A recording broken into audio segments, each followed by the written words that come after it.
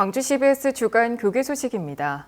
최근 새 임원을 구성한 광주광역시 기독교 교단협의회가 워크숍을 갖고 앞으로 광주 교계가 나아가야 할 방향을 모색하는 시간을 마련했습니다. 예배에서 대표회장 강희웅 목사는 성령님과 함께 회복되고 독수리처럼 비상하는 성령의 역사가 임하길 바란다며 성령님께서 함께 하시면 광주가 회복하는 큰 역사로 도약하는 축복의 도시가 될 것이라고 설교했습니다. 이번 워크숍은 공동회장인 광주 순복음교회 한상인 목사가 주재 강연자로 나서 코로나19 이후 가장 이상적인 회복이 성령님과 함께하는 회복이라며 하나님께서 함께하시는 은혜가 가장 큰 위로와 복이라고 말했습니다.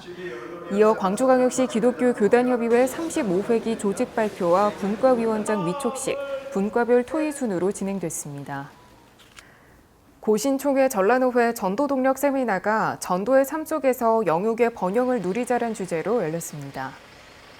고신총회 국내 전도위원회와 전라노회가 주최한 이번 세미나에서 국내 전도위원장 박희재 목사가 결론의 삶, 당진 동일교회 이수훈 목사가 전도학교 전도꾼의 기준, 포도원교회 김문훈 목사가 전도 DNA, 부산 하늘샘교회 정은성 목사가 성장하는 아름다운 교회란 제목으로 강의했습니다. 강사들은 삶의 영역에서 전도의 문을 여는 실제적 방법과 노하우를 공유하는 한편 전도는 말씀이 성취되는 현장이라는 메시지를 통해 삶의 현장에서 전도를 실천할 수 있도록 격려했습니다. 앞서 개회예배에서 박영호 총회장은 천국 복음을 전파하는 일꾼은 전도자인 동시에 또 다른 전도자를 세워나가는 사람이라며 기도하면서 추수하는 전도자로 사는 예수님의 제자가 되길 바란다고 설교했습니다. 기독교 대한성결교회 전남 서지방회가 70주년을 맞아 기념교회 설립 감사 예배를 은혜 비전교회에서 드렸습니다. 70주년 준비위원장인 서지방회장 낙원교회 장승민 목사는 전남 서지방회가 70주년 기념으로 교회를 설립하기로 하고 서지방회 소속 모든 교회가 물심양면으로 섬기고 헌신해 은혜 비전교회 설립 감사 예배를 드리게 됐다며 감사 인사를 전했습니다. 이어 교단 총회장 지형은 목사는 오직 성령이 임하시면 너희가 권능을 받고 예루살렘과 온 유대와 땅끝까지 이르러 내 증인이 되리라는 하나님의 말씀이 70주년 기념교회를 설립한 전남 서지방회의 모든 권속들과 설립된 은혜 비전교회를 통해 맑은 시내처럼 흐르길 바란다고 말했습니다. 은혜 비전교회 담임은 오서택 목사로 청빙됐습니다. 오서택 목사는 온 힘을 다해 하나님 나라를 확장하는 데 최선을 다하겠다고 포부를 밝혔습니다. 무엇보다 사랑의 마음을 모아서 또 하나의 성결교회가 세워지기를 기도하며 귀한 물질을 헌금해 주신 한 분 한 분에게 이 자리를 빌어서 진심으로 감사의 인사를 전합니다. 서부아프리카 브로건 코트디부아르 황찬호 김인경 선교사 가정을 삼후원하여 은혜 비전교회 제1호 선교사로 파송하려고 예장합동 동목포노회 남전도회 연합회가 땅끝까지 이르러 내 증인이 되라란 주제로 40회 정기총회를 열고 연합회장의 강진 영광교회 윤호상 안수집사를 선출했습니다.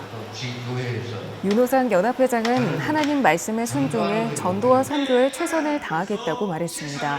이 동목포노회가 새로 탄생하는 오늘 뜻깊은 날에 다른 노회에 못지않게끔 최선을 다해서 우리 동목포노회가 언제 어디를 가든 빠지지 않는 남전도 연합회로서 하나님이 말씀하시는 전도와 선교에 최선을 다하겠습니다.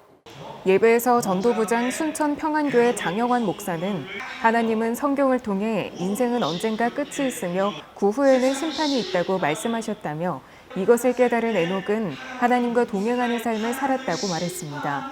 장 목사는 또 우리 모두도 하나님과 동행해 주님 앞에 서는 그날 상급을 받자고 덧붙였습니다. 부회장에는 장흥중앙교회 유길환 장로, 완도 선도교회 박영덕 장로, 총무에는 도포 제1교회 신종술 장로가 선임됐습니다. 지금까지 광주 CBS 교계 소식이었습니다. 함께해 주신 여러분 고맙습니다.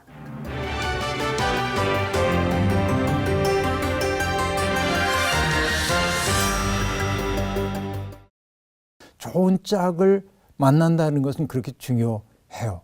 왜냐하면 그 짝이 나의 속에 있는 존재론적 쓸쓸함을 채워줄 존재이기 때문에 그렇습니다. 스펙을 중심으로 배우자를 찾는 일은 무가치하다고 말할 수는 없지만 좋은 배우자를 찾기 매우 어려울 수도 있겠다 하는 생각이 들어요. 왜냐하면 그런 사람과 만나면 인생이 신명이 날 것 같아요.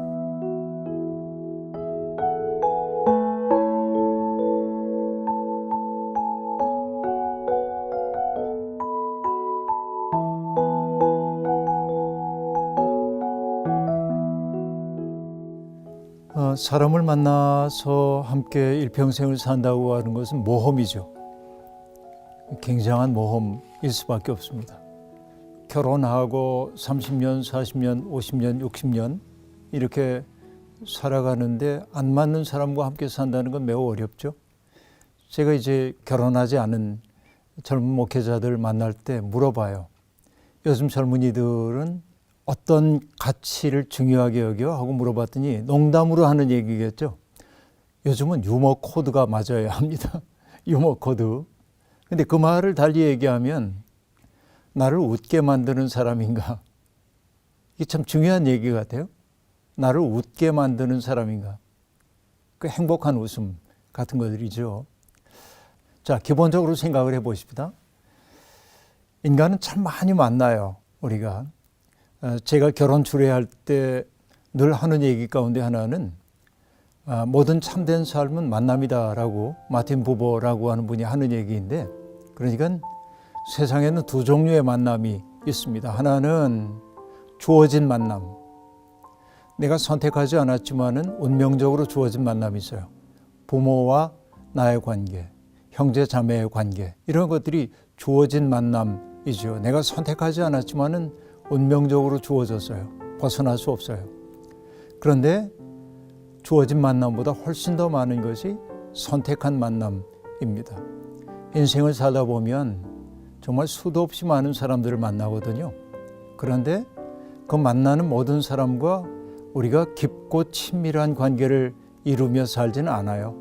그렇죠? 그러니까 만난 사람 가운데 일부의 사람들만을 나의 인생의 중요한 타자로 받아들이고 살지요.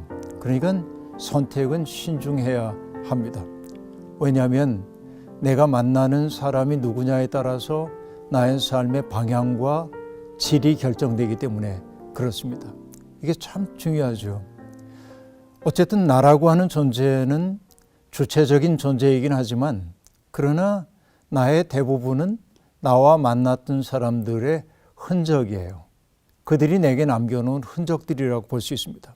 그러니까 누구를 만나느냐는 건 정말 중요하고, 특별히 일평생 고락을 함께할 부부가 되기 위한 만남이라고 하는 것은 특별히 더 신중해야 할 이유가 거기에 있다고 보여집니다.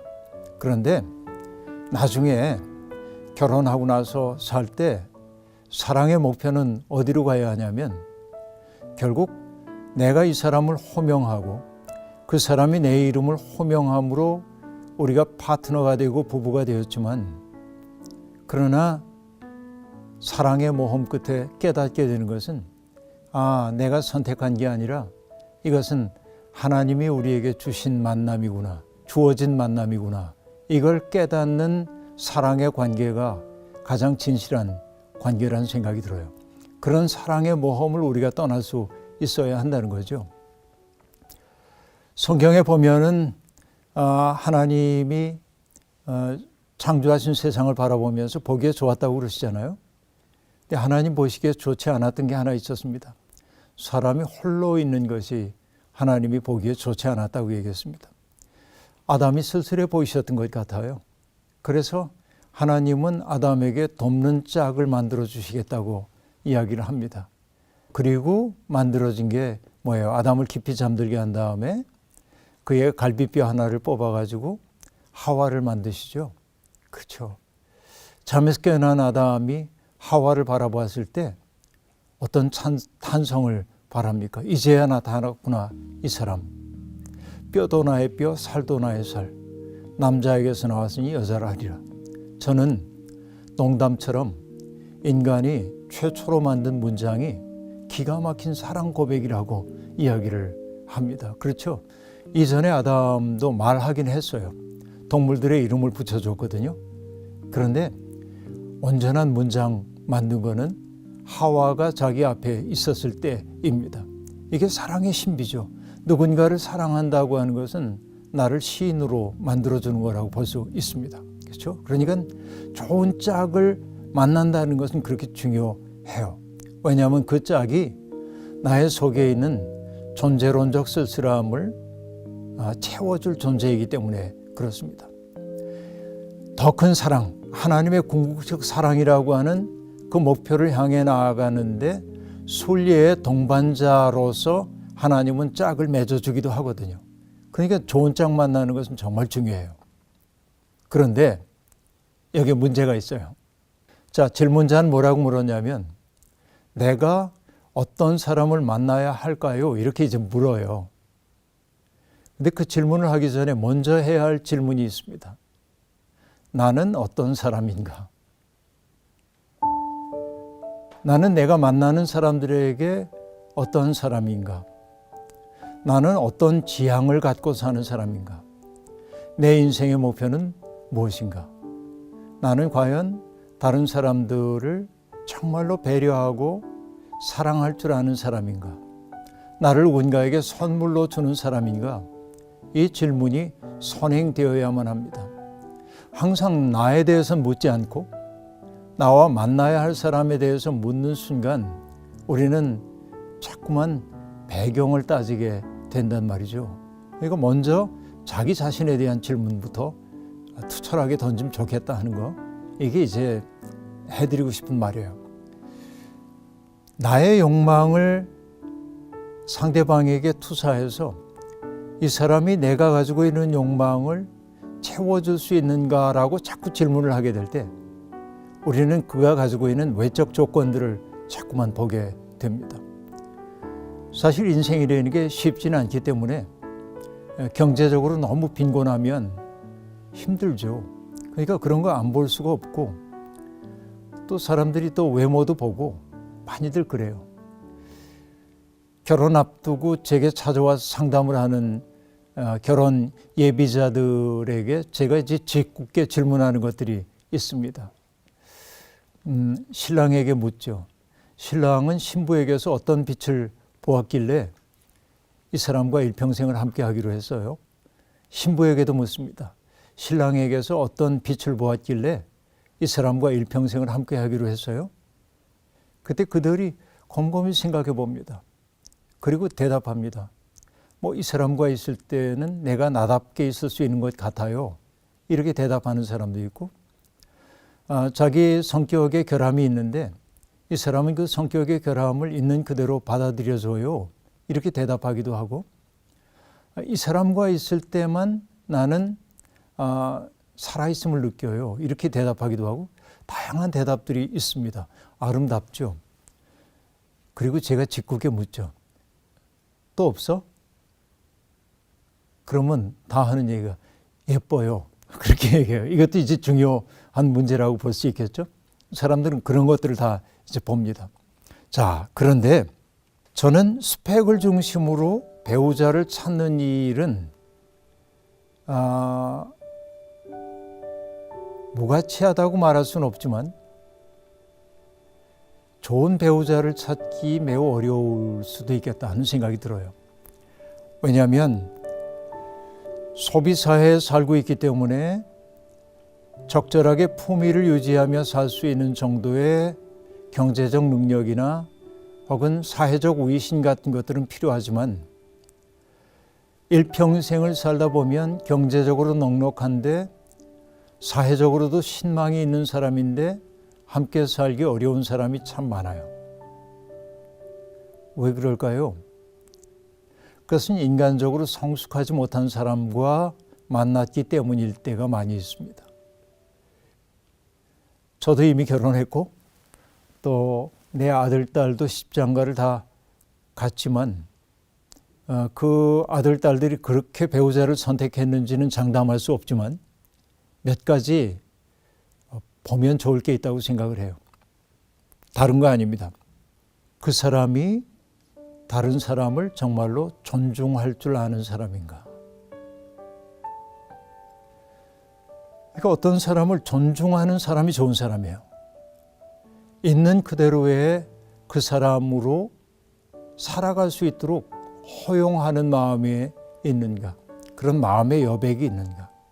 이게 무엇보다도 중요한 태도라고 생각해요. 가시처럼 날카롭고 비평적이고 그리고 사람들을 얼어붙게 만드는 사람들, 이런 사람들은 스펙이 어떠하든지 대단히 곤란한 사람이라는 생각이 들어요. 누군가를 존중한다고 하는 말은 어떤 의미일까요? 남을 배려할 줄 아는 사람일 겁니다. 상대방의 입장에 서서 생각할 줄 아는 사람이 되는 것이라고 보여져요. 남을 정말로 배려해 줄 아는 사람, 그러니까 가까운 사람만이 아니라 익명의 타자를 만나더라도 그를 배려하려는 태도가 몸에 밴 사람들이 있습니다. 그 사람과 만나면 크게 실패하지는 않는다는 생각이 들어요. 이 태도가 중요하기 때문에 그렇습니다. 그리고 그 사람이 배우려는 용기가 있는가, 이게 참 중요한 것 같아요. 세상에는 언제나 가르칠 것만 있고 배울 것은 없는 태도로 일관하는 사람들이 있습니다. 그런데 학생 정신을 가지고 남의 말에 귀 기울여 듣고 그리고 배우고 배운 것을 표현할 줄도 알고 고마워할 줄도 아는 사람들이 있습니다. 그런 사람과 만나면 인생이 신명이 날 것 같아요. 그런가 하면 그 사람이 용기 있는 사람이면 더 좋겠어요. 근데 그 용기는 뭐냐면은 10층에서 뛰어내리는 그런 용기를 말하는 게 아니고, 내게 주어져 있는 삶의 조건이 어떠하든지 간에 남을 원망하거나 투덜거리지 않고 내게 주어져 있는 그 삶의 조건을 내 삶으로 받아들이고 그 속에서 나를 꽃 피울 수 있는 길을 찾을 줄 아는 사람, 이게 용기라고 생각해요. 척박한 곳에 놓여져도 그 척박한 상황을 원망하는 사람이 아니라 그 속에서 꽃을 피워낼 수 있는 사람이 용기 있는 사람이겠죠. 그런 사람이면 참 좋겠어요. 그리고 무엇보다도 중요한 것이 있습니다. 인생을 향유할 수 있는 능력이 있는가? 아름다운 것을 아름답게 느낄 수 있는 정서적 여백이 그 사람에게 있는가? 그렇죠. 좋은 파트너는 아름다움을 보고 하고 느낄 줄 아는 사람이었으면 좋겠어요. 생활이 권고하고 어려워도 라고 느낄 수 있는 사람은 자기 속에 선인장처럼 가시를 키우지는 않거든요. 그런 그 열린 마음들이 있었으면 좋겠어요. 근데 이 모든 것들을 가능하게 하는 것이 뭐냐면 하나님 앞에서의 삶이에요. 내가 하나님 앞에 정직하게 직면하여 서 있을 때 타자를 존중하지 않을 수가 없고 배려하지 않을 수가 없고 하나님의 그 기적의 세상을 거닐면서 배우지 않을 수 없고 그리고 용기 있게 자기의 삶을 직면하지 않을 수가 없어요. 그러니까 좋은 믿음을 갖고 산다고 하는 것은 교회 생활 잘하는 사람이 아니라 생명이 하나님이 주신 선물임을 알아서 어려움 속에서도 그것을 넉넉히 이겨낼 수 있는 마음을 품고 사는 것, 이런 것 아닐까 생각해요. 아름다운 만남이라고 하는 것, 그것은 내 조건에 맞는 사람을 찾는 것이 아니라 지향이 같은 사람이 만나 작은 나를 내려놓고 더 큰 나로 전개되어 가는 과정이라고 보여져요. 그래서 저는 결혼에 이르는 사람들에게 이렇게 꼭 충고합니다. 한 가정을 이루어 살다 보면 연애 시절에 보지 못했던 낯선 모습들이 보일 겁니다. 그 낯선 모습을 보면서 난 그대가 이런 사람인 줄 몰라서 할 때 갈등이 생겨요. 그 낯설음은 언제나 불편합니다. 그런데 낯설음은 나를 커지라고 하는 부름이기도 합니다. 낯설음을 내 삶 속에 품어 안으려고 할 때 나는 이전보다 더 큰 사람이 되는 거죠. 그러니까 내 속에 있는 낯섦까지도 사랑해 줄 수 있는 사람과 만나면 좋겠어요. 그리고 조건 맞는 사람이 아니라 바로 어떤 조건 속에서도 사랑의 모험을 떠날 줄 아는 사람과 만난다면 누가 뭐라고 그래도 괜찮은 인생 아닌가 생각해요.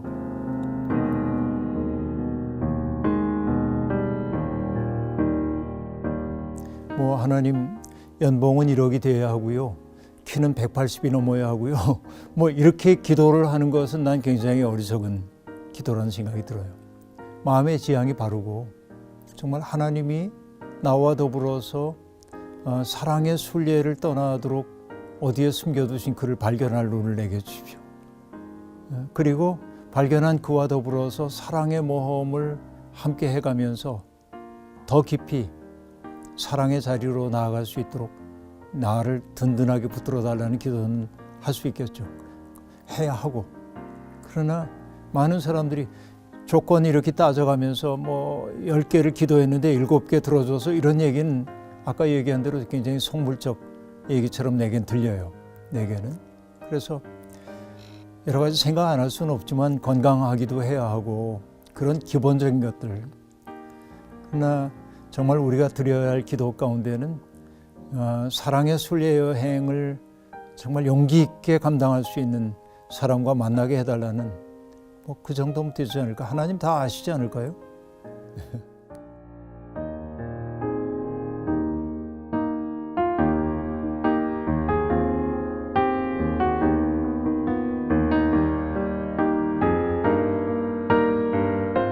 날 부르시네 아버지 눈물로 주를 불러봅니다 내 아버지 가슴을 치며 회개합니다 이제야 나의 십자가 지고서 내 영혼 주께 돌아갑니다.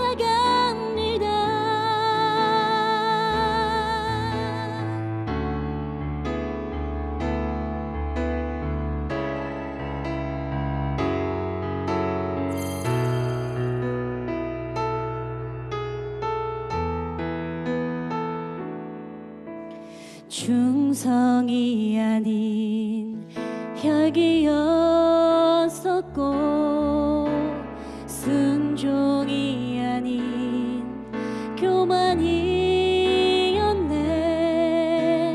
자격 없는 이런 날 사랑하셨네 오늘도 날 기다려 날 부르시네 아버지 눈물로 주를 불러봅니다 내 아버지 가슴을 치며 회개합니다 이제야 나의 십자가 지고서 내 영혼 주께 돌아갑니다 무엇 하나도 난 자랑할 것 없네 나의 나된 것은 다 주의 은혜라 아버지 눈물로 주를 불러봅니다 내 아버지